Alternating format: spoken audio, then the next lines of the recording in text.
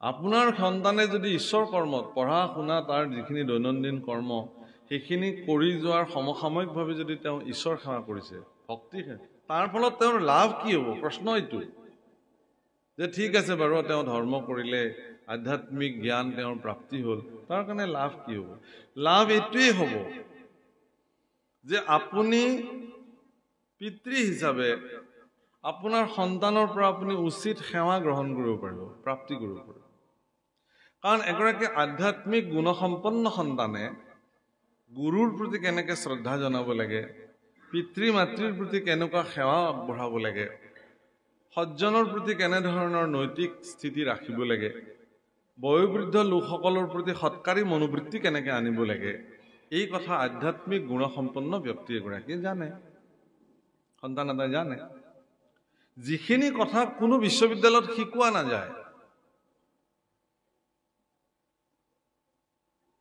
কোনো বিশ্ববিদ্যালয়ত আমাৰ উজনি অসমৰে ঘটনা ষ্টুডেণ্টছে নিজৰ শিক্ষকক মাৰি পেলালে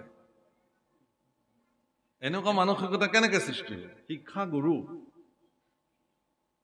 এনেকুৱা ভয়ংকৰ পৰিস্থিতি আমি দেখিম বুলি সপোনতো ভবা নাছিলো নিজৰ সন্তানে মাতৃক মাৰি পেলালে এনেকুৱা ভয়ংকৰ পৰিঘটনা এইবোৰ কিহৰ কাৰণে হৈছে এইবোৰ যান্ত্ৰিক মানসিকতাৰ কাৰণে যান্ত্ৰিক মানসিকতাৰ পৰিণাম কি জানে যান্ত্ৰিক মানসিকতাৰ শ্ৰেষ্ঠ পৰিণাম হ'ল আত্মহত্যা কৰে যিখন সমাজত আত্মহত্যাৰ পৰিমাণ বাঢ়ে জানিব যে তাত যান্ত্ৰিক জ্ঞানৰ সংখ্যা বাঢ়িছে আধ্যাত্মিক জ্ঞানৰ সংখ্যা কমিছে বিবাহ বিচ্ছেদৰ দৰে ভয়ংকৰ পৰিঘটনা সমাজত যেতিয়া বৃদ্ধি পাবলৈ ধৰে বিচ্ছেদৰ ঘটনা পিতৃৰ পৰা পুত্ৰ বিচ্ছেদ হৈ গৈছে পত্নীৰ পৰা পতি বিচ্ছেদিত হৈ গৈছে বন্ধুৰ পৰা বন্ধু বিচ্ছেদিত হ'বলৈ আৰম্ভ কৰিছে গুৰুৰ পৰা শিষ্য বিচ্ছেদিত হ'বলৈ আৰম্ভ কৰিছে এনে বিচ্ছেদিত পৰিঘটনা যদি সমাজত হ'বলৈ আৰম্ভ কৰিছে জানিব যে তাত ঋণাত্মকতাৰ প্ৰভাৱ বাঢ়িছে ধনাত্মকতাৰ প্ৰভাৱ কমি আহিছে আধ্যাত্মিক জগতে একমাত্ৰ জগত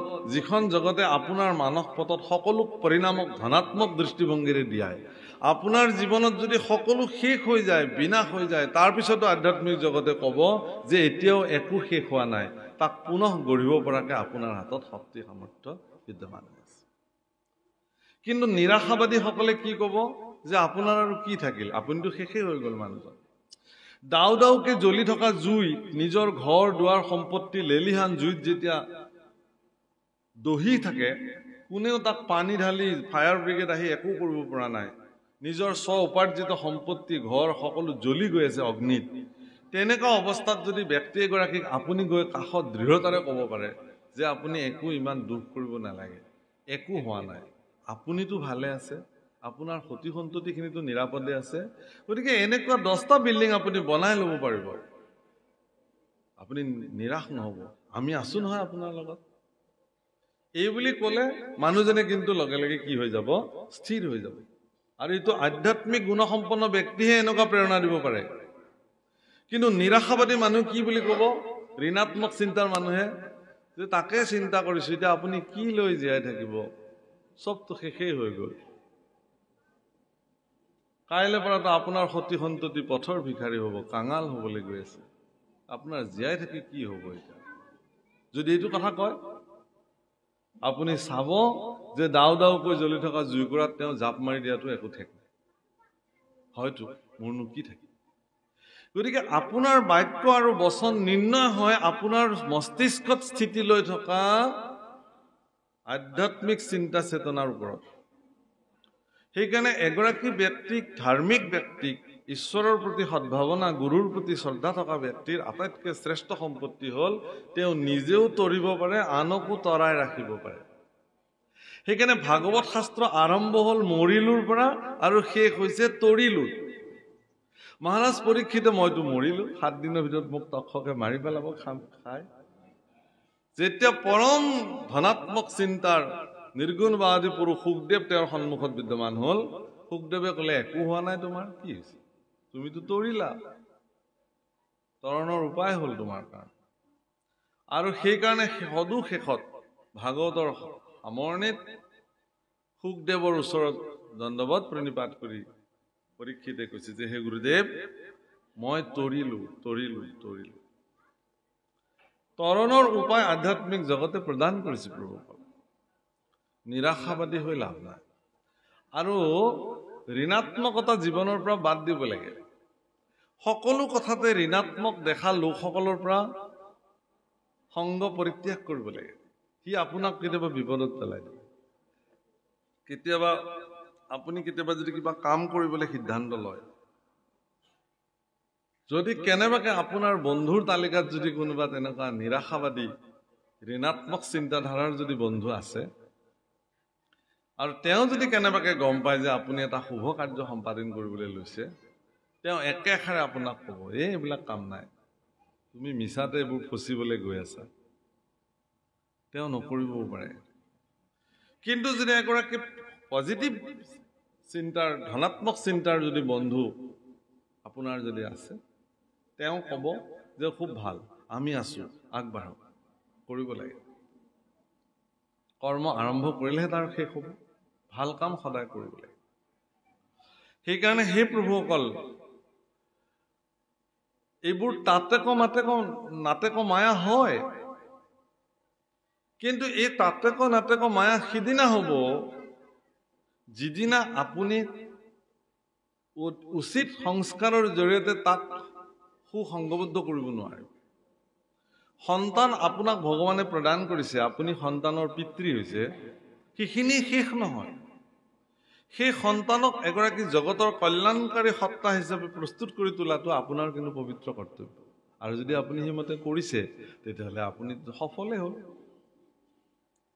হৈ গ'ল আপোনাৰ জীৱন। বহু পিতৃ মাতৃক দেখা যায় যে বহু ধন সম্পত্তি থকাৰ পিছতো একমাত্ৰ দুৰাচাৰী সন্তান জন্ম হ'ল কাৰণে তেওঁৰ জীৱনত শান্তি নাই। আৰু তেওঁতো নিজৰ শান্তি নাই, তেওঁ আনকো অশান্তি কৰি ফুৰে। কাৰণ তেওঁৰ সতি সন্ততিৰ দুৰ্ব্যৱহাৰ তেওঁ গোটেই জীৱনত তেওঁ সেইবিলাক ভোগ কৰি থাকে, আৰু সেই ভোগ তেওঁ অকলে সহিব নোৱাৰি আনকো দি থাকে। এনেকুৱা ঘটনাও দেখাব। সেইকাৰণে সেই অৰ্থতে মহাপুৰুষে ইয়াক নাটেক মায়া বুলি কৈছে। গতিকে সততে চিন্তিয় কৃষ্ণৰ চৰণ, মৰণ এভো নেদেখা। গতিকে কৃষ্ণৰ চৰণ চিন্তা কৰে, কাৰণ ই জগতৰ শ্ৰেষ্ঠ কৰ্ম। মহাপুৰুষ মাধৱদেৱে লিখিলে নামঘোষা, মানে প্ৰভুসকল, মহাপুৰুষ মাধৱদেৱে নামঘোষাত এটা বস্তু লিখিছে, ভজহু গোবিন্দ মূঢ়, স্মৰহু গোবিন্দ মূঢ়, অন্তকালে গোবিন্দেহে ৰাখিবন্ত, নৰাখিব দুক্ৰিয় কৰণে। এইটো নামঘোষাৰ শ্লোক। মই দেখিলো যে অসমৰ বিভিন্ন পণ্ডিতে ইয়াৰ ব্যাখ্যা কৰিছে, কিন্তু এই ব্যাখ্যাত দেখা যায় যে দুক্ৰিয়কৰণ শব্দটো তেওঁলোকে ব্যাখ্যা কৰিছে কি, যে কোনো দ্বিতীয় ব্যৱস্থাৰ দ্বাৰা আপুনি মুক্তি পাব নোৱাৰে। এই কথা মাধৱদেৱে সিদ্ধান্ত দিব বুলি মোৰ মনে নধৰে। কি মাৰ্গেৰে কোন মুক্তি হৈছে এই কথা কোনেও আজিলৈকে ক'ব পৰা নাই। কিন্তু আপুনি কৰ্মকাণ্ডৰে মুক্তি লাভ কৰিছে নে, জ্ঞান কাণ্ডৰে মুক্তি লাভ কৰিছে নে, ভক্তি কাণ্ডৰে মুক্তি লাভ কৰিছে, ইয়াৰ সিদ্ধান্ত কোনেও দিব নোৱাৰে। এইটো ঈশ্বৰে জানে কোন কেনেকে মুক্ত হৈ আহিলে। আমি যিবিলাক ব্যক্তিয়ে একদম শৰণত ধৰি ললো, বিলীন হৈ আছো, আমাৰ যিবিলাক মুৰব্বী বা প্ৰকাণ্ড বিদ্যুৎ ভক্ত পণ্ডিতসকল ইতিমধ্যে আমাক এৰি থৈ জগতলৈ গুচি গৈছে, তেওঁলোক এতিয়া বৈকুণ্ঠতে আছে নে নৰকতে আছে, তাৰ হিচাপ কাৰ হাতত আছে? এতিয়া লিষ্টখন কাৰ হাতত? কোনেও দিব নোৱাৰে। মই এটা উদাহৰণ দিওঁ আপোনাক। এজন সন্ত পুৰুষে এদিন কৰবালৈ গৈ আছিল, যাওঁতে এখন অৰণ্যৰ মাজেৰে যাব লাগে। সেই অৰণ্যৰ মাজেৰে যাব লাগে কাৰণে গাঁৱৰ মানুহবিলাকে ক'লে যে হে সন্ত পুৰুষ, আপুনি এই অৰণ্যখনৰ মাজেৰে যাব নালাগে। কিয়? বোলে এই অৰণ্যখনত এজন দস্যু আছে ভিতৰত, তেওঁ মানুহ মাৰে, কাটে, সেইটোৱে কাম। দিনত যাব, অলপ ইফালেৰে ঘূৰি যাব। কৈছে যে মইতো যাব লাগে, মোৰতো কাম আছে খুব জৰুৰী। যি হয় হ'ব আৰু। তেওঁ বেলাই পোহৰে পাৰ হ'ব পাৰিলে, কিন্তু অৰণ্যখন বহুত দীঘলীয়া আছিল কাৰণে সন্ধিয়া লাগিব। সন্ধিয়া আৰু অৰণ্যত খোজ কাঢ়িব নোৱাৰে, পদে পদে ভয়, জীৱ জন্তুৰ ভয়। তেতিয়া তেওঁ কি কৰিলে, সিদ্ধান্ত ল'লে যে মই এতিয়া অৰণ্যৰ মাজত সোমালো, উভতি যাবও নোৱাৰো, আৰু বাঘ ভালুকে দেখিলেতো মোক খাই পেলাব, তাতকে মই এই দুষ্টজনৰ ঘৰতে এক ৰাতি থাকো। কাৰণ বাঘ সিংহক মই হাতযোৰ মোক নাখাব বুলি ক'লেতো নুশুনিব, কিন্তু দুষ্টজনৰ যদি মই ভৰিত ধৰো যে মোক জীয়াই ৰাখা, নামাৰিবা, মোৰ কি আছে লৈ লোৱা তুমি, এই বুলি ক'লেতো কিজানি মানিব, এইটো মানুহে হয়তো দুষ্ট হলেও। এই বুলি দুষ্টজনৰ ঘৰলে বীৰ দৰ্পে তেওঁ গৈ থাকিলে। দুষ্টজনে বাহিৰত দেখিছে যে বা এইজন কোন, মোৰ নাম শুনিলে মানুহ ভয়ত পলাই পত্ৰং দিয়ে, এইজনে ইমান নিৰ্ভীকভাৱে মোৰ ওচৰলৈ আহি আছে, এই মানুহ নহয়, এইজন মানুহ হবই নোৱাৰে, এইজন কোনোবা দেৱপুৰুষ, ঈশ্বৰ পুৰুষ, শক্তিবান পুৰুষ, মোতকেও শক্তিবান হ'ব লাগিব। এই কথা ভাবি সেই দুষ্টজনে আগবাঢ়ি আহি পেলাই তেওঁক প্ৰণাম জনালে। প্ৰণাম হে সন্তজন, কি উদ্দেশ্যে আপুনি মোৰ ওচৰলৈ? বোলে একো উদ্দেশ্য নাই, মই নিশাটো তোমাৰ ঘৰত কটাব খুজিছো, মই অমুকলৈ যাম, অৰণ্যত মোক বাঘ সিংহৰ কাৰণে নিৰাপত্তা নাই, তোমাৰ ওচৰলৈ আহিছো। দুষ্টই ভাবিলে এই মোক পৰীক্ষা কৰিবলৈ আহিছে, আৰু বা কি কৰে।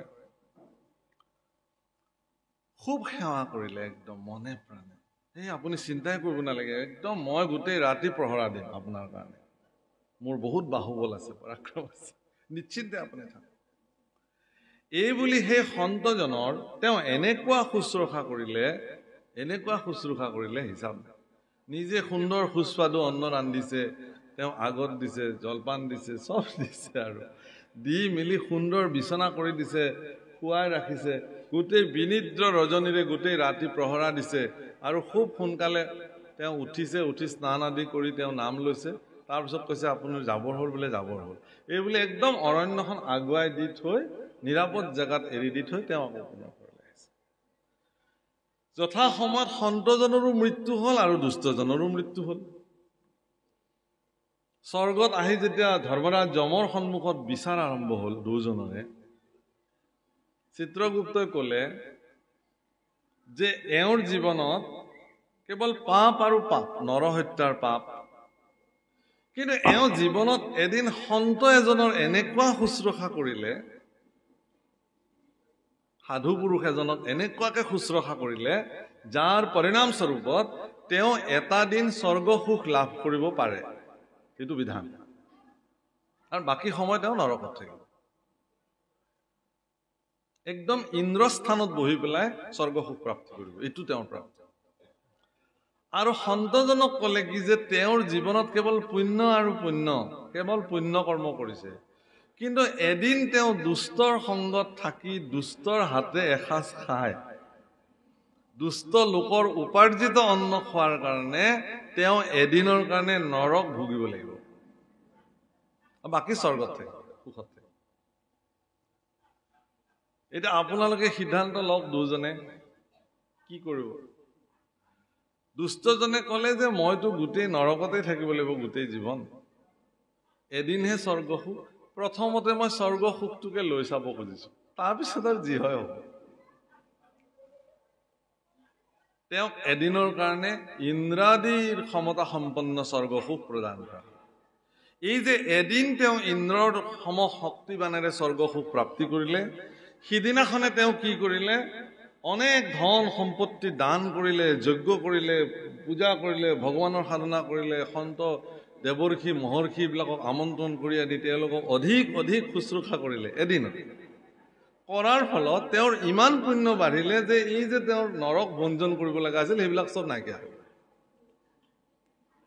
আৰু সন্তজনে ক'লে কি যে মইতো গোটেই জীৱন স্বৰ্গ সুখতে অতিবাহিত কৰিব লাগিব, এই এটা দিন নৰক, গতিকে সেইটো দিন মই প্ৰথম ভোগ কৰি লওঁ, তাৰপিছত বাকী। আৰু তেওঁক প্ৰথম এটা মানে যুগ হিচাপে তেওঁক জন্ম দিলে, যুগ, তেজ পিয়া যুগ। আৰু যুগ হিচাপে আহিয়ে পৃথিৱীত তেওঁ প্ৰথম দিনাই তেওঁ ধুনীয়া মানে গাই এগৰাকীৰ অৰণ্যত ৰক্ত পান কৰিলে, সন্ত হৈও তেওঁৰ আত্মাই গৌ ৰক্ত পান কৰিলে, যাৰ কাৰণে তেওঁ ৰৌৰৱ নৰকত আৰু পতিত হ'বলগীয়া হয়। দিনক দিনে তেওঁৰ নৰকৰ সংখ্যা বাঢ়ি যাবলৈ ধৰিলে যে তেওঁৰ স্বৰ্গ সুখ আৰু তেওঁৰ জীৱনত প্ৰাপ্তি নহয়।